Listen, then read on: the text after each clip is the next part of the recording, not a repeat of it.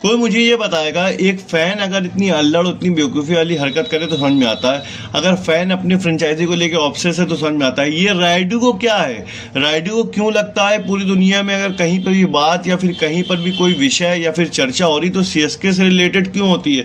कल के मैच के दौरान जब विराट कोहली ने एक इशारा किया इट्स मीन दो का, तो उस वक्त वो उनके कुछ एक्सप्लेनेशन से पहले या फिर कोई कुछ समझ पाता, इवेंचुअली सब समझ रहे हैं, उनको गुमराह करने के लिए बंदा बोल क्या रहा है, विराट कोहली इशारा करके बता रहे हैं कि चेपक में दूसरी जीत मिल रही है, उनके चेहरे पे खुशी समझ में आ रही है, उनके आंखों में मुस्कान समझ में आ रही है। और लिटरली उसका इशारा क्या था, यश दयाल को ये इशारा था कि भाई यश दयाल ने उस ओवर में 2 विकेट लिए थे, सचिन रविंद्र और दुबे को आउट करा था। इट्स मीन उसने ये कहा कि भाई दोनों दो मेन विकेट लिए हैं।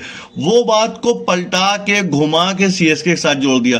अच्छा, इन लोग का काम ही यही है, इनका पैनल ही ये बैठा हुआ है, चाहे इंटरनेशनल मैच हो चाहे नेशनल मैच हो, किसी भी सिचुएशन में सीएसके हो, सीएसके खेल रही हो चाहे नहीं खेल रही हो, घुमा फिरा के सीएसके सीएसके सीएसके।